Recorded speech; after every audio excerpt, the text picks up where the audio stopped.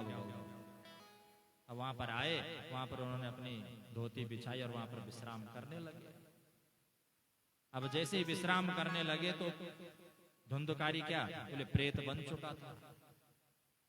अब वो अलग अलग रूप जो है गोकर्ण महाराज को दिखाने लगा। कभी इंद्र बन जाता, कभी भैंसा बन जाता, कभी आग बन करके गोकर्ण महाराज को डराता। गोकर्ण महाराज ने कुछ बोलना चाहता था लेकिन बोल नहीं पाया। गोकर्ण महाराज ने अपने कमंडलू से जल निकाला और उस प्रेत के ऊपर जैसे छींटा मारा और उससे पूछा कि तुम कौन हो? अरे भाग्यवान, मुझे क्यों डरा रहे हो? तो तब उस प्रेत ने कहा कि अहम भ्राता त्वदीयोऽस्मि धुंधकारी नामतः स्वकीयेनैव दोषेण ब्रह्म तम नासितम मयः। प्रेत बोला कि भगवान, मैं आपका छोटा भाई, आपका भाई धुंधकारी। गोकर्ण महाराज ने कहा अरे भगवान, तेरे बारे में तो मैंने तीर्थ यात्रा में सुन लिया था, तो तेरे नाम से तो मैंने पिंडदान भी कर दिया था, गया में पिंडदान कर दिया था।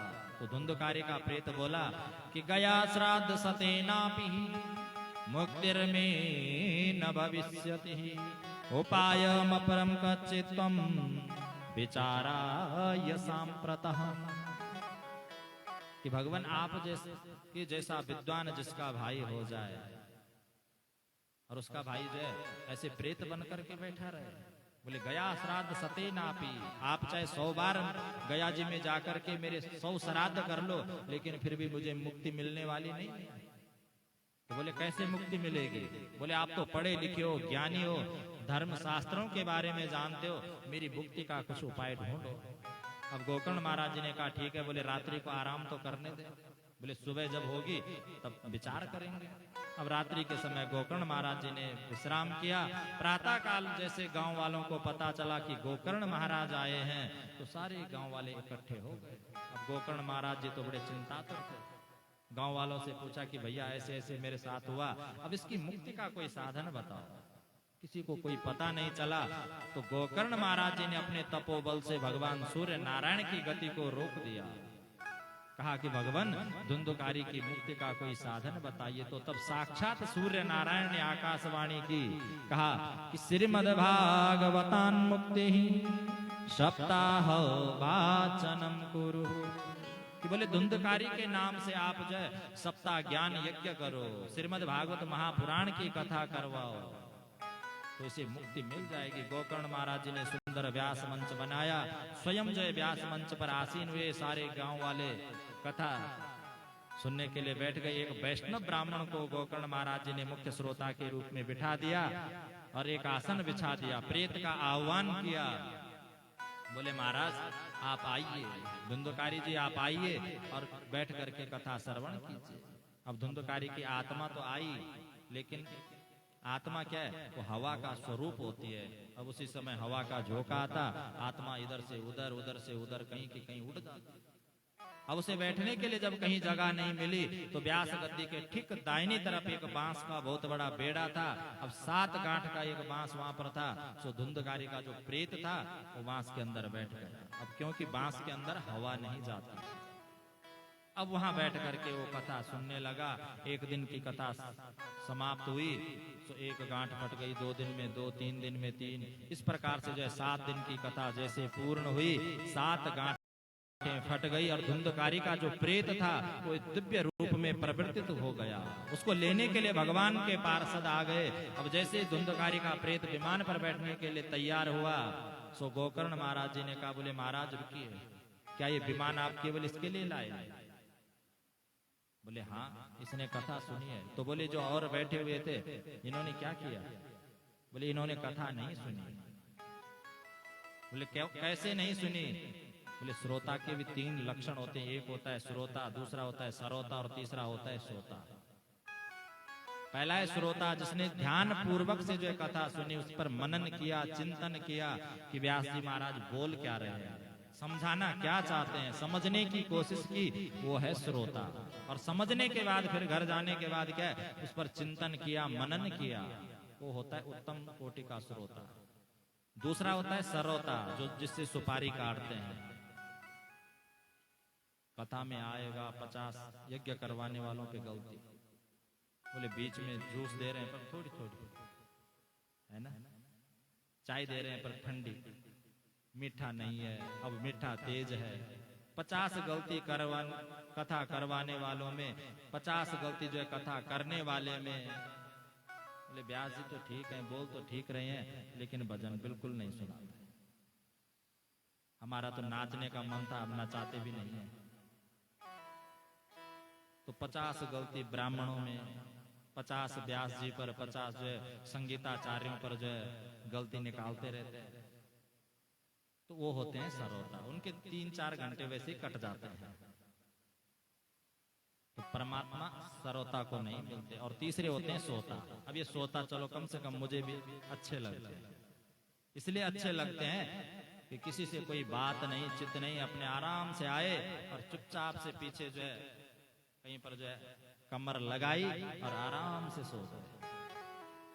अब जैसे ही व्यास जी ने जोर से जयकारा लगाया कि बोलिए बाल कृष्ण चंद्र भगवान की जय, खुल गई ना नींद।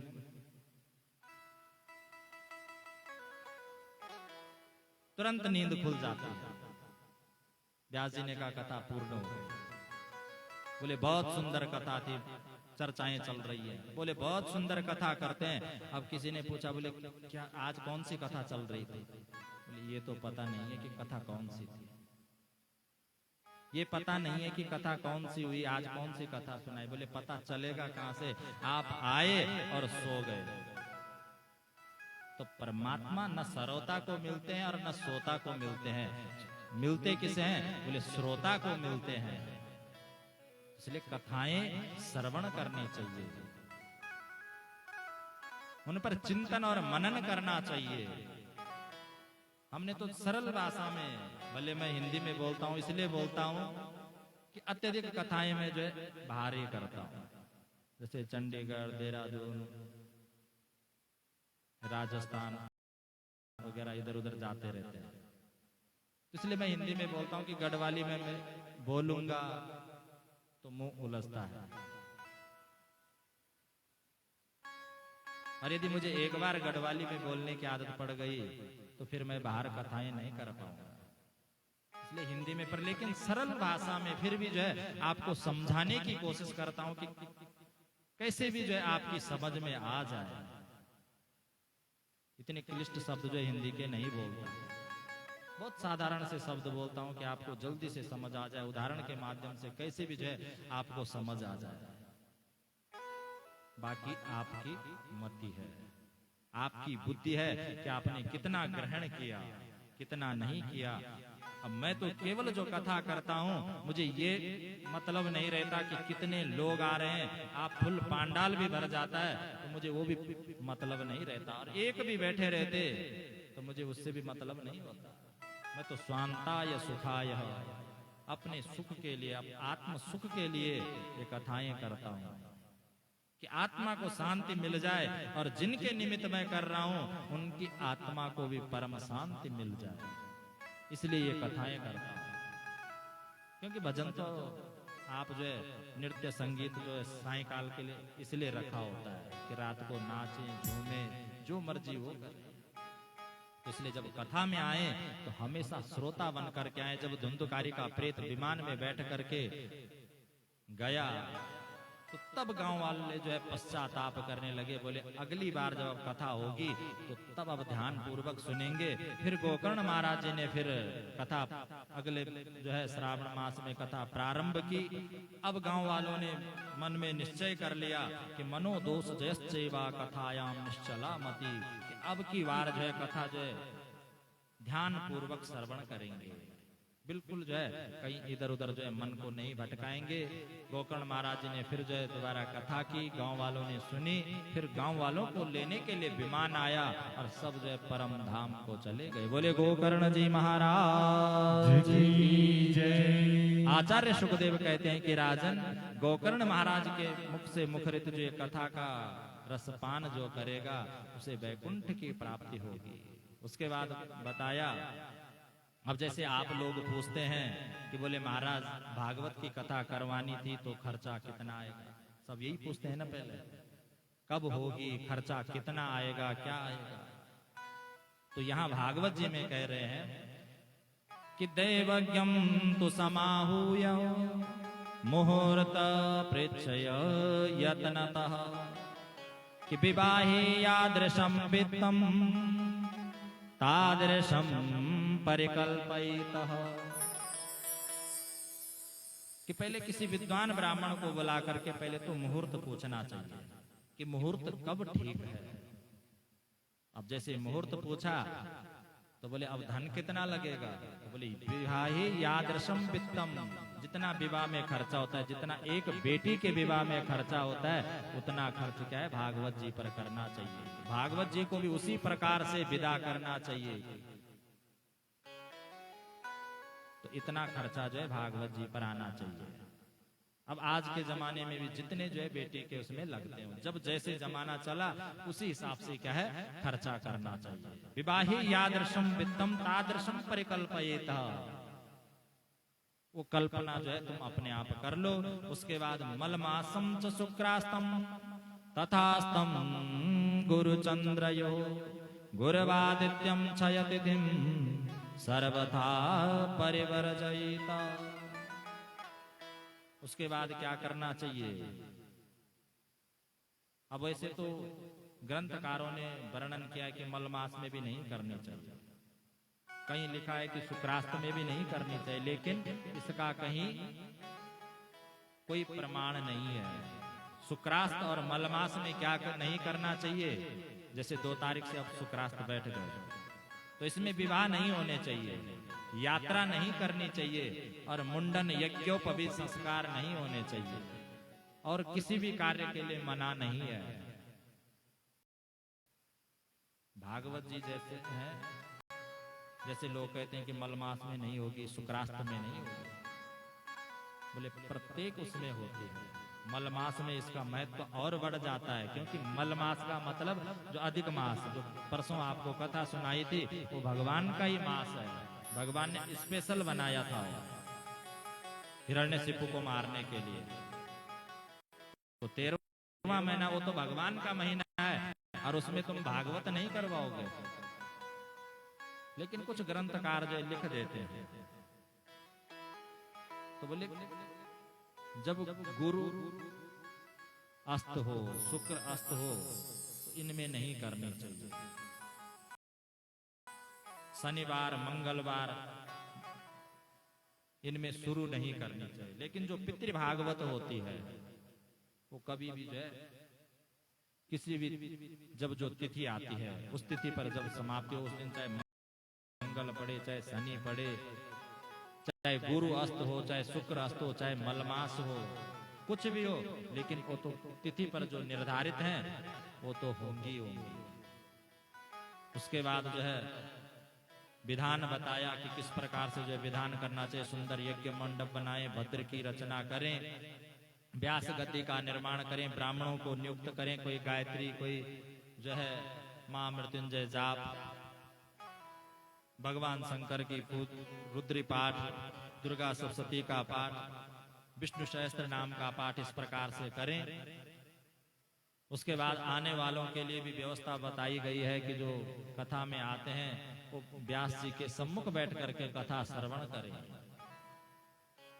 कभी जो है ऊंचे आसन पर बैठ करके व्यास जी के बराबर बैठ करके कथा श्रवण नहीं करनी चाहिए। जैसे कई लोग होते हैं कि छत के ऊपर बैठ जाते हैं, व्यास गद्दी से ऊपर बैठ करके कथा श्रवण करते हैं, तो इसमें बहुत बड़ा पाप लगता है। महाभारत में कथा आती है कि भगवान श्री कृष्ण जब अर्जुन को गीता का उपदेश दे रहे थे तो ध्वजा पर कौन, बोले हनुमान बैठे रहते हैं। हनुमान बैठे हुए थे, अर्जुन के ध्वजा रथ के ऊपर जो है हनुमान जी बैठे हुए थे। अब भगवान श्री कृष्ण ने उपदेश किसे दिए, अर्जुन को। अब जब उपदेश दिए तो अंत में अर्जुन ने कहा भगवान शिष्यस्ते हम, मैं आपका शिष्य हूं, मैं आपको कुछ गुरु दक्षिणा देना चाहता हूं।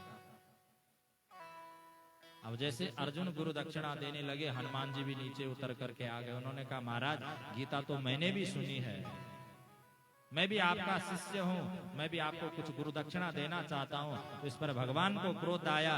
बोले हनुमान जी, ये शिष्य का धर्म नहीं है कि वो गुरु से ऊपर बैठ करके शिक्षा ग्रहण करे। जाओ, मैं तुम्हें श्राप देता हूं कि तुम पिशाच बन जाओ। हनुमान जी पिशाच बन गए। तो जब हनुमान जी ने पिशाच निवृत्ति के लिए जब उपाय पूछा, तो भगवान ने कहा कि गीता पर जब तक तुम भाष्य नहीं लिख देते, जो ज्ञान तुमने ग्रहण किया उस पर जब तक तुम फिर भाष्य नहीं लिखोगे, तब तक तुम्हें इस पिशाच योनि से मुक्ति नहीं मिलेगी।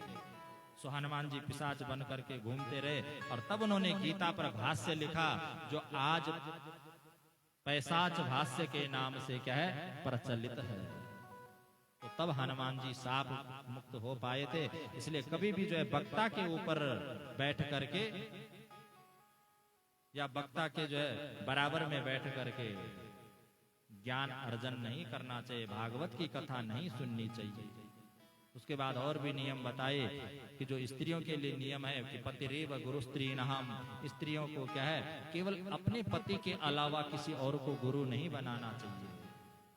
और यदि पति कहे कि बोले गुरुजी ज्ञानी हैं, इनका आश्रय लेते हैं, इनसे कुछ और ज्ञान अर्जन करेंगे, तो पति की आज्ञा के पश्चात जो है फिर पत्नी गुरु बनावे। और गुरु कैसा होना चाहिए, बोले वैष्णव होना चाहिए। वैष्णव का अर्थ होता है ब्राह्मण। ये नहीं कि जैसे आप लोग जो है जाते हो ना सत्संग, कई लोग सत्संग जाते हैं, गुरु पता ही नहीं है कि गुरु कैसा है।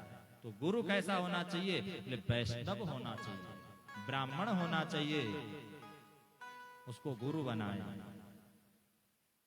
और वो भी पति जब कहें, और यदि पति मना कर दें तो गुरु न बनाए। जो साध्वी स्त्रियां हैं, विधवा जो स्त्रियां हैं, वो भी अपने पति का चित्र अपने सम्मुख रख करके उसी को गुरु मान करके क्या है, उनकी पूजा करें। उसके बाद सूत जी महाराज और शौनकादि ऋषियों की जब ये चर्चा चल रही थी, तो सभा के मध्य में इधर जो है सुखदेव जी महाराज भी आ गए। भागवत जी के श्लोकों का गायन करते करते जो है सुखदेव जी महाराज आ गए कि स्वर्गे सत्य च कैलासे वैकुंठी ना सत्ययम रस अतः पिबन्तु सद्भाग्यो मामा मुञ्चत करहिचित। करे भाग्यवानो, इस रस का पान करो, बार बार करो। ये कथाएं जो है फिर स्वर्ग में सुनने के लिए नहीं मिलेंगी। आपने दान किया, धर्म किया, स्वर्ग मिल जाएगा, लेकिन भागवत की कथा वहां श्रवण करने के लिए नहीं मिलेगी। कैलाश पर्वत, कैलाश पर भी जो है आपको, कैलाश भी आपको मिल जाएगा, वहां भी भागवत कथा श्रवण करने के लिए नहीं मिलेगी। ये भागवत कथा केवल क्या है, इस मृत्यु लोक में मिल सकती है। वैकुंठ भी मिल जाएगा तो वहां भी जो है आपको भागवत कथा श्रवण करने का सौभाग्य प्राप्त नहीं होगा। ये सौभाग्य केवल इस मृत्यु लोक में है। इसलिए बार बार जो है इस कथा का रसपान करें, बार बार जो है ये कथाएं जो है श्रवण करते रहें। उसके बाद जब सुखदेव जी महाराज आए, वहां चर्चा चल रही थी, तो जितने भी भगवत भक्त थे सब वहां पहुंच गए। प्रहलाद जी भी आ गए, वीणा ताल मृदंग लेकर के सब भक्त नाचने लगे। जब भगवान ने भक्तों को इस प्रकार से खुशी से जो है नाचते हुए देखा, तो भगवान भी प्रकट हो गए। भगवान ने भक्तों से कहा कि बेटा वरदान मांगो, तुम क्या चाहते हो? तो भक्तों ने कहा कि भगवान, आज के बाद हम यही वरदान मांगना चाहते हैं कि जहां भी भागवत की कथाएं हो, जहां भी आपकी लीलाओं का गान हो, वहां जो है आप जो है साक्षात दर्शन दें। आप जो इसी प्रकार से प्रकट होकर के सबको आशीर्वाद दें। भगवान तथास्तु कह करके वहां से जो अंतर ध्यान हो गए और सनकादि सहित नारद जी ब्रह्मलोक में चले गए। फिर सूत जी महाराज जो है सौनकादि ऋषियों को एक कथा सुना रहे हैं। सूत जी महाराज कहते हैं कि एर्न श्रुतम भागवतम पुराणम नारादितो ये पुरुष पुराण हुतम मुखेनेव धरामराणं तेषां वृथा जन्म गतम नराणः। कि मनुष्य जन्म पाने के पश्चात एर्न श्रुतम भागवतम पुराणम, जिसने भागवत जी की कथा नहीं सुनी, उस पर चिंतन मनन नहीं किया, नारादितो ये पुरुष पुराण, जिसने पुराण पुरुष भागवत जी की पूजा नहीं की, पुराण पुरुष भगवान नारायण की विष्णु की पूजा नहीं की। हुतम मुखे नैव धरा मराणहम, ब्राह्मणों के मुख में सुभोज्य आहुति नहीं डाली। मतलब ब्राह्मण आए और आपने अपने घर पर जो उन्हें भोजन नहीं खिलाया, सुभोज्य भोजन नहीं खिलाया, ब्राह्मणों को खिला करके संतुष्ट नहीं करवाया, तो वृथा तेषाम वृथा जन्म गतम नराणः। तो बोले आपका जन्म लेना क्या है, व्यर्थ है, आप पृथ्वी पर केवल भार हो। क्योंकि अग्नि में स्वाहा, और पंडित जी ने खा लिया तो आहा, पंडित जी ने खा लिया आहा कर दिया, तो बोले सब तृप्त। क्योंकि ब्राह्मण भी मुख से उत्पन्न हुए और अग्नि भी भगवान के मुख से उत्पन्न हुई। ब्राह्मणों से मुख मासीद, अग्नि भी भगवान नारायण के मुख से उत्पन्न होती है, और ब्राह्मण भी जो उत्पन्न होते हैं भगवान के मुख से उत्पन्न होते हैं। इसलिए अग्नि में स्वाहा और ब्राह्मण के मुख में आहा। तो जब भी ब्राह्मण घर पर आए, सेवा करें, सुंदर सुंदर सुभोज्य भोजन उन्हें खिलाएं। भागवत जी का तो डिमडिम घोष है कि जो मनुष्य दारिद्र्य रूपी, संसार रूपी इस मोहिनी से, इस पिशाचिनी से ठगे गए हैं, वो मेरे पास आए तो मैं उनका उद्धार करती हूँ। और अंत में क्षेत्राणाम चैव सर्वेषां यथा काशीयमुत्तमः तथा पुराण वार्तानां श्रीमद्भागवतम द्विजा। कि क्षेत्रों में जैसे काशी श्रेष्ठ है, नदियों में जैसे गंगा श्रेष्ठ है, बोले उसी प्रकार पुराणों में श्रेष्ठ कौन है, भागवत श्रेष्ठ है। पुराणों का तिलक है, परमहंसों की संहिता है। अब जो इस परमहंसों की संहिता में आवागमन करता है, तो बोले उस संसार के इस भवसागर में कभी नहीं डूबता, वो संसार के इस भवसागर को आसानी से पार कर जाता है। और अंत में जिन परमात्मा का नाम संकीर्तन ही सब पापों का नाश करने वाला है, आइए उन परमात्मा को जो हम बारंबार प्रणाम करते हैं। एक बार जो सब मिलकर के मेरे साथ कहेंगे कि नाम संकीर्तनम यस्य, नाम संकीर्तनम यस्य सर्व पाप प्रणाशनः, सर्व पाप प्रणाशनम्, परणामो दुःखमनस्तम्, परणामो दुःखमनस्तम्, नमामि हरिं परः, नमामि हरिं परः, नमामि हरिं परः, नमामि हरिं परः। और अंत में जिन परमात्मा का स्मरण मात्र ही जो है, नाम संकीर्तन ही इस भव संसार सागर से जो है पार करा देता है, ऐसे परमात्मा को हम क्या है बारंबार प्रणाम करते हैं, बारंबार जो है नमन करते हैं। अब यहाँ पर जो है आज की कथा को विश्राम देते हुए आप लोगों को जो है हृदय से सधन्यवाद और आशीर्वाद देते हुए कि आप लोगों ने सप्ताह 7 दिन तक जो है यहाँ बैठ करके कथा का श्रवण किया। और सर्वप्रथम जो है देश पर मर मिटने वाले अमर शहीद श्री स्वर्गीय श्री जो अजय रौतेला जी, जिन्होंने देश के लिए अपने प्राणों को न्योछावर कर दिया, उस परम दिव्य आत्मा को प्रणाम करते हुए परमात्मा से यही प्रार्थना करते हैं कि उस दिव्य आत्मा को वैकुंठ धाम की प्राप्ति हो।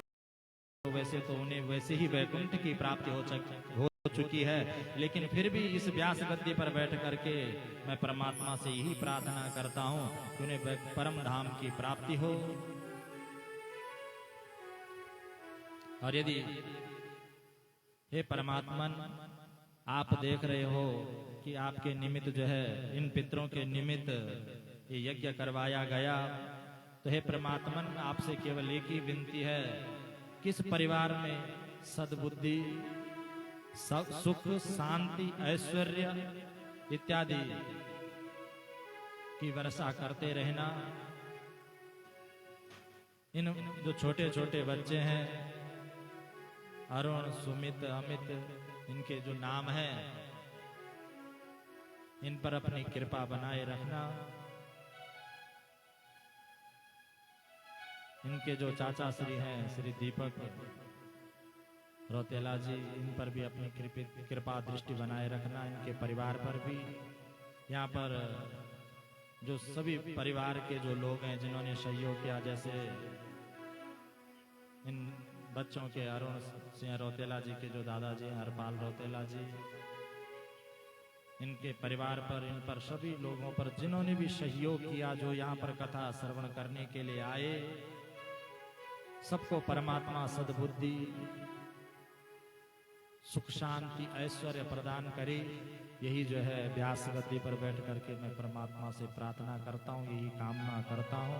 जिन लोगों ने भी सहयोग किया उनको परमात्मा सुख शांति प्रदान करे।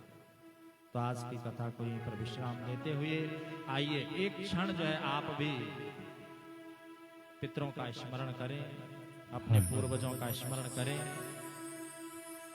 और परमात्मा से प्रार्थना करें कि जिन पूर्वजों के निमित्त ये कथा करवाई गई उन पूर्वजों की आत्मा को शांति मिले।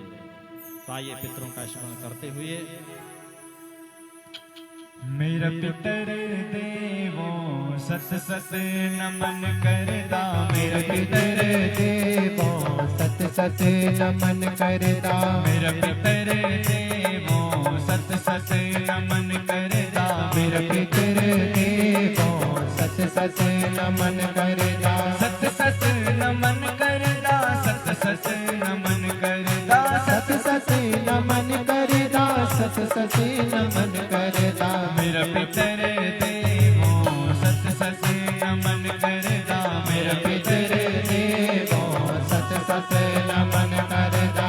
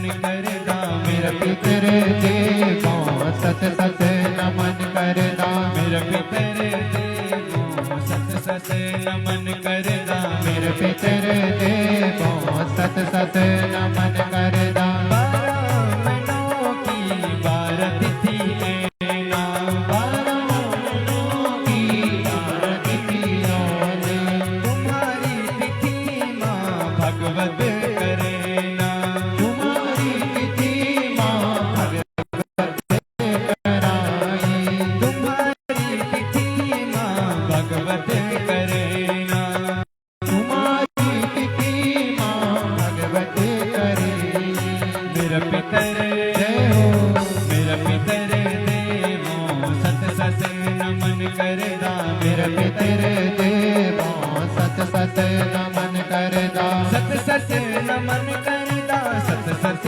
नमन करदा सत सत नमन करदा सत सत नमन करदा मेरा पितर देवो सत सत नमन करदा मेरा पितर देवो सत सत नमन करदा मेरा पितर देवो सत सत नमन करदा मेरा पितर देवो सत सत नमन करदा मेरा पितर देवो सत सत नमन करदा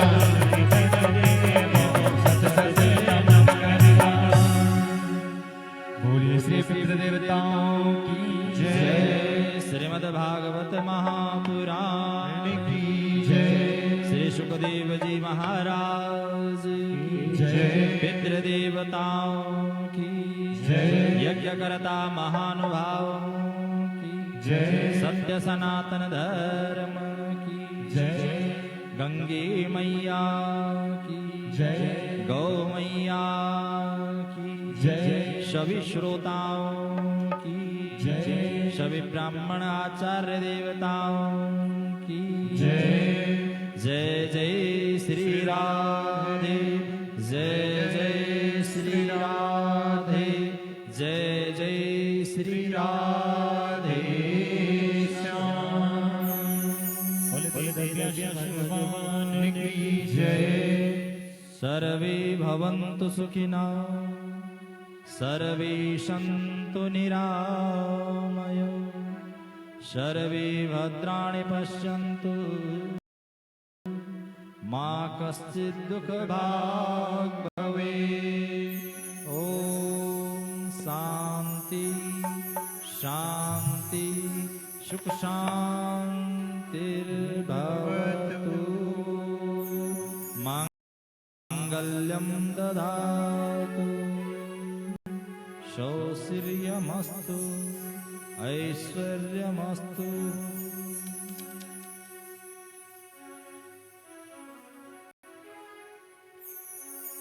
ॐ ज्वालामालिन्यै नमः चन्द्रमा मनसो जातचक्षुः सूर्यो अजायत श्रोत्राद्वायुश्च प्राणश्च मुखादग्निरजायत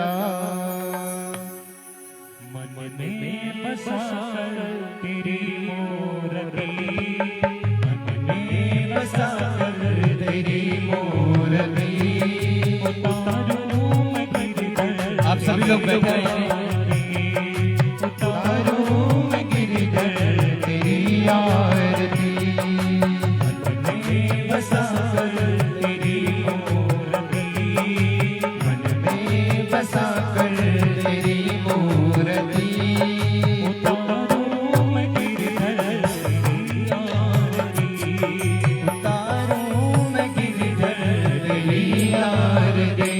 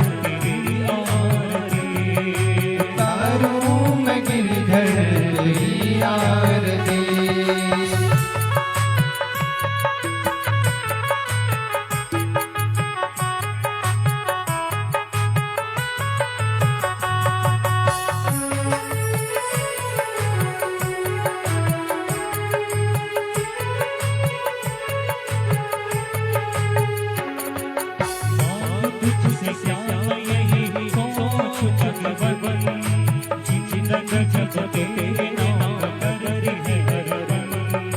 मांगो तुझसे श्याम यही सोच भगवन, जिंदगी जब तेरे नाम कर दी अर्पण। मांगो तुझसे श्याम यही सोच भगवन, जिंदगी जब तेरे नाम कर दी हरदम। मांगो तुझसे श्याम यही सोच भगवन, जिंदगी जब तेरे नाम कर दी है अर्पण। सब कुछ तेरा कुछ नहीं मेरा, सब कुछ तेरा कुछ नहीं मेरा।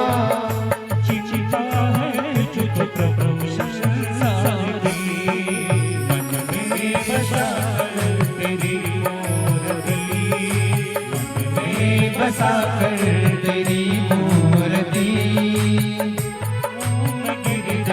तेरी आरती उतारूं मैं गिरधर तेरी आरती।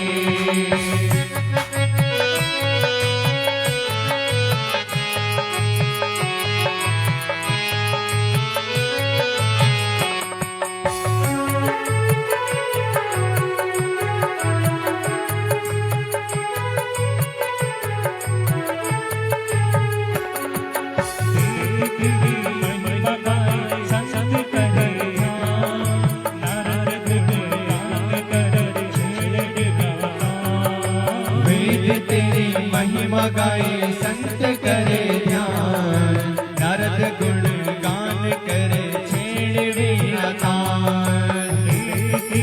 महिमा गाए संत करे ध्यान, नारद गुण गान करे छेड़ वीणा तान। वेद तेरी महिमा गाए संत करे ध्यान, नारद गुण गान करे छेड़ वीणा तान।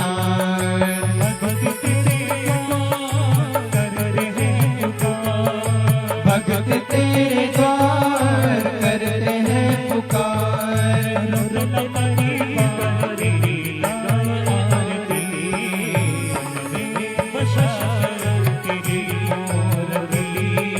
मन में बसा कर तेरी मूर्ति, उतारूं मैं गिरधर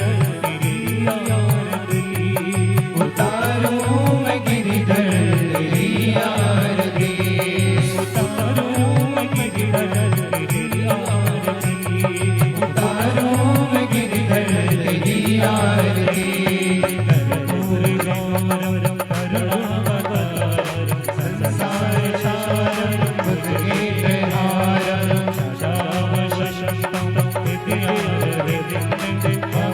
भवानी सैनं नमामि,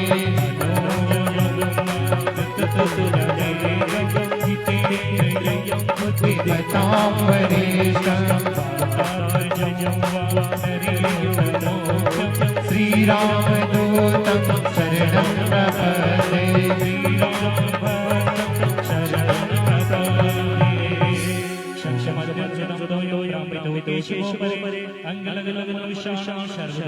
प्रपद्ये। सर्वकष्टमोहते सर्वपापं जपोहते। ओम जगदेव शन्नाहते हनामय मानः सचन्द्र पूर्वे शास्याः। ओम राजाय यशयशायने नमो वै श्रवणाय गुरुमहे। शमे कामान् कामकामयमयं कामेश्वरो श्रवणो ददातु। कुबेराय श्रवणाय महाराजाय नमः। ओम विश्वतोमुखो विश्वतोमुखो शम्भाभ्यां नमः संपदत्रयावामि जनयनेरेका। ओम एकदन्ताय विद्महे वक्रतुण्डाय धीमहि तन्नो दन्ति प्रचोदयात्। ओम नारायणाय विद्महे वासुदेवाय धीमहि तन्नो विष्णुः प्रचोदयात्। शैवैर्भगावजगपाटलाजे पुण्यागजाजगरवीरशालपुष्पे बिल्वप्रभावतुलसीदलमञ्जरीरे त्वां पूजयामि जगदीश्वर मे प्रसीदा। आवाहनं न जानामि तव वचनं पूजां च जानामि क्षम्यतां परमेश्वर। गतं पापं गतं दुःखं गतं दारिद्र्यमेव च आगतः शुभसम्पत्ते पूर्णाहं तव दर्शनात् नानासुगन्धपुष्पाणि यथा कालो भवानि च पुष्पाञ्जलिर्दत्तं ग्रहाणां परमेश्वर दिव्यमन्त्रपुष्पाञ्जलिं समर्पयामि यानि कानि च पापानि जन्मान्तरकृतानि च तानि सर्वाणि नश्यन्तु प्रदक्षिणां च पदे पदे नमो सर्वहितार्थाय जगदाधार हेतवे साष्टांगो यो प्रणामस्मि प्रत्येन मया यथा साष्टांग नमस्कारं समर्पयामि बोले सत्य सनातन धर्म की जय श्रीमद् भागवत महापुराण की जय वेदव्यास भगवान की जय मित्र देवताओं की जय उमा महेश्वर भगवान की जय लक्ष्मी नारायण भगवान की जय उज्जैन मैया की जय राजराजेश्वरी मैया की जय ओम नमः पार्वती हर हर महादेव जय जय श्री राधे जय जय श्री राधे जय जय श्री राधे श्याम सर्वे भूतगणा सर्वे सन्तु निरामया सर्वे भद्राणि पश्यन्तु मा कश्चित् दुःखभाग् ओम शांति शांति शांतिर्भवतु मंगलम ददातु बोले बोले सुदर्शन महाराज की जय।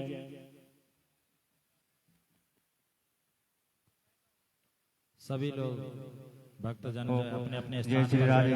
सभी हरि भक्तों से भी नमन निधन। आप लोग अपने अपने स्थानों पर बैठ जाएं। सभी लोग सर में पल्लू रख दीजिएगा। सभी लोग नीचे बैठ जाएंगे। सभी लोगों से भी नमन निधन। सभी लोग जो शांति पूर्वक अपने अपने स्थान पर बैठ जाएं। हमारे जो आचार्य महोदय श्री केशव बुनियाल जी, इनका बहुत बहुत आभार कि जिन्होंने 7 दिन तक मेरे साथ रहकर